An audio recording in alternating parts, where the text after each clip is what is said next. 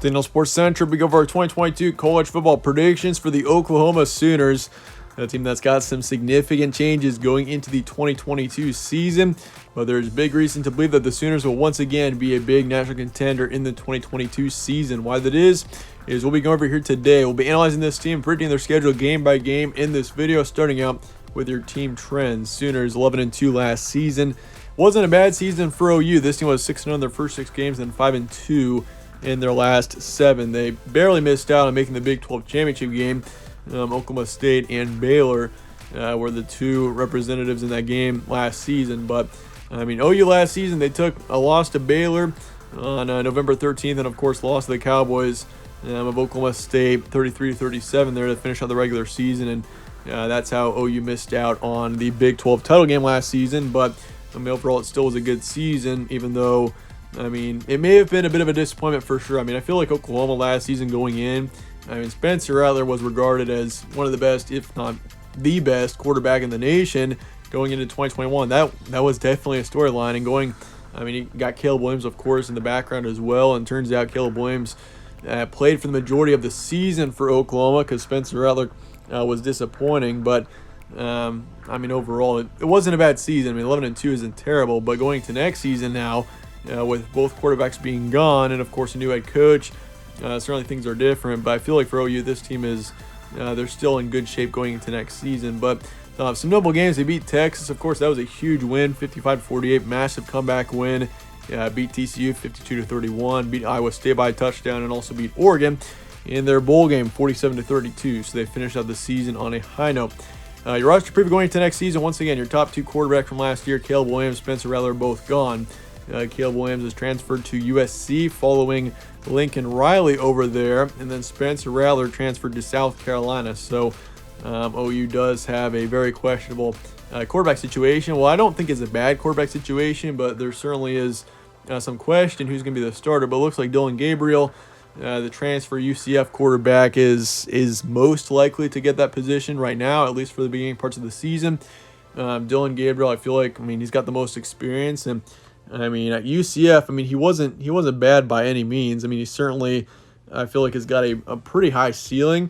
Even though I do feel like if this team could have kept Caleb Williams, they would be in better shape. But I mean, if you look at Dillon Gabriel, 2021, I mean, he really, I mean, he wasn't, statistically, it wasn't very good. But in 2020, and even 2019, his stats were excellent. I mean, if you look at his 2020 stats, 3,500 yards, 32 touchdowns, 4 picks, 60% completion rate. So those are outstanding stats, especially the touchdown to INT ratio.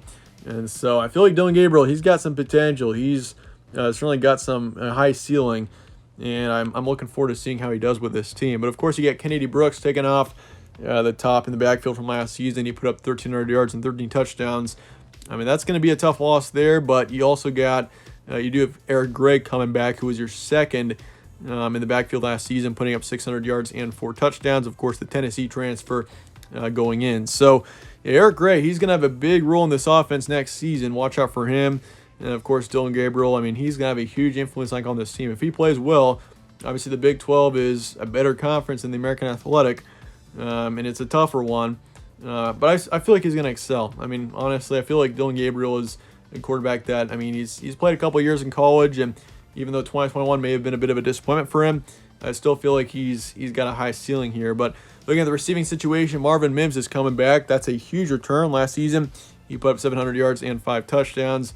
You do lose your second receiver, Mike Woods, who put up 400 yards. And then, of course, you're losing your third receiver in Jaden Hazelwood, who's transferring away. So the receiving core, you do have your top one coming back there in Marvin Mims. And the depth overall is, I would say, pretty good in the receiving core. So a couple of guys will step up and have a good season. But certainly, I mean, Marvin Mims coming back is huge.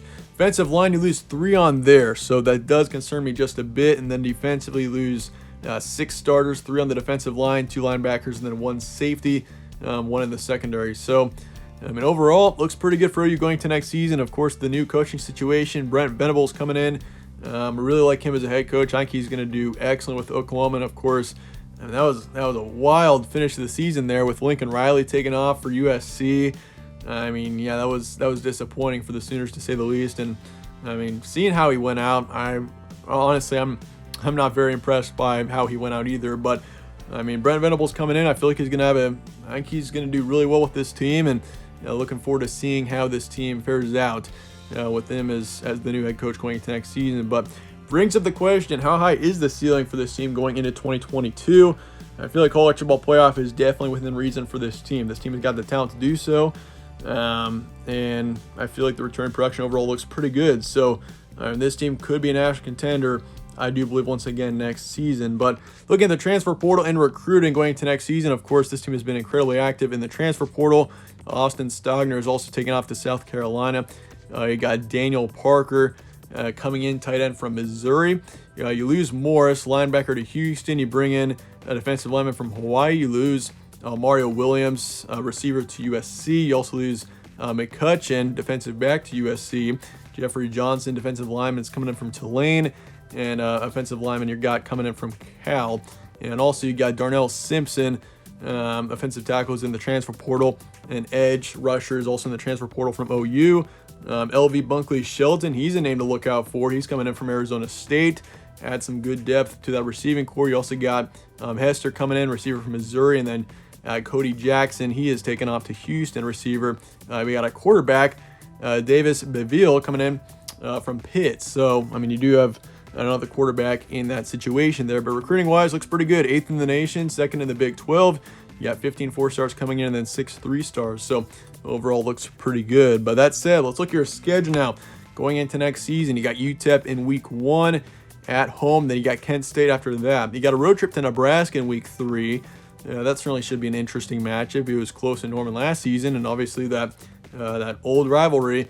And then you got K-State coming to town on the 24th. That'll be an interesting one as well. Got TCU on the road on the 1st. You got Texas in a neutral location. You got Kansas at home, then your bye week, and then Iowa State on the road to finish out your October. November, you got Baylor at home, West Virginia on the road, then of course Oklahoma State. That's a huge game there. I mean, Baylor and Oklahoma State are both going to be good next season, and Texas as well. So, I mean, all three of those matches will be huge. And then Texas to finish out the season on the road. Looking at September here, UTEP, that's going to be an easy win. Not too worried about UTEP going to next season. I mean, they were decent last year, but I don't really think they're going to be too good in 2022. So not too worried about that one. Kent State either. Easy win there. Going to Nebraska, though, in week 3 on the road in Lincoln. Now, that is a 11 a.m. kickoff there. So I do want to favor Oklahoma, and honestly, that's going to be a matchup I do think will be very close. I can see that game being pretty tight. If it was a night game, I might honestly lean towards Nebraska there, but I feel like in the end, OU is, I mean, Nebraska looks pretty good going to next season. I mean, everyone says that, but I genuinely think Nebraska's year will be in 2022, but I've got OU going in and getting the win in a close one in Lincoln. Then K-State coming to town. Kansas State could be a good team as well next season. Keep an eye on them. I do see them being a top half team in the Big 12. But I do think Oklahoma gets the win there in the end. So I got your 4-0 heading into October, which is good. I think both Nebraska and K-State, both of those games could be closer ones, more challenging ones as well. And looking at October, they're TCU on the road. I'll put that as a close win. And now Texas playing them, of course, in a neutral location as always, the Red River rivalry. And last season, it was an insane game there. Oklahoma coming back to get the win. But next season, I feel like, I mean, Texas... that's a team. Quinn Ewers, of course, has got a lot of hype going for them. Texas, I think, will be good. I don't think they're going to win the Big 12, but I do think Texas comes to play in that game, and they steal a win from the Sooners there. But certainly a very close matchup. And honestly, the big 3, the Big 4, I'd say in the Big 12 next season, I'd say the Big 3 are going to be Oklahoma, Texas, and Oklahoma State, with Baylor slightly behind these 3 teams. I think Texas, though, they'll be good next season. I could see them in the 8 to 10 win range. And then you got Kansas at home, easy win. Iowa State on the road. Don't expect too much out of the Cyclones. I mean, that's a team that I felt like they should have been better in 2021. They disappointed. And I think they're going to be kind of in a rebuilding phase going into 2022. So I'll favor Oklahoma there. So you're 7-1 heading into November, and November is a crucial month, to say the least. You got Baylor at home.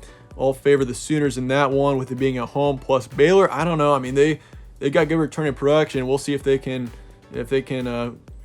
play well and play to the same level that they did last season. West Virginia on the road. I mean, West Virginia's an interesting team. But I'll favor Oklahoma there for sure. Oklahoma State coming to town. I'll favor the Sooners in that matchup. So you get 3 huge wins there to start off your November. Of course, Oklahoma State and Baylor both are huge matchups. And the good thing is you got both those teams at home this season. And then Texas Tech on the road. Don't expect too much out of them. So an easy win in that one. So 11-1. I've got the Sooners at 11-1 for next season. I do think this team, despite some significant changes, they'll perform well and potentially get to the college football playoff. I do think right now I do have the Sooners as my Big 12 champion, my projected Big 12 champion. I think it's going to be Oklahoma State and Oklahoma facing off for the Big 12 title. So that would be quite a matchup. I mean, for the Big 12 title. But once again, Texas not too far behind. But let me know your thoughts and comments below on Oklahoma. And I appreciate you guys watching as always. Stay tuned for more from All Sports Central. Catch you on the next one.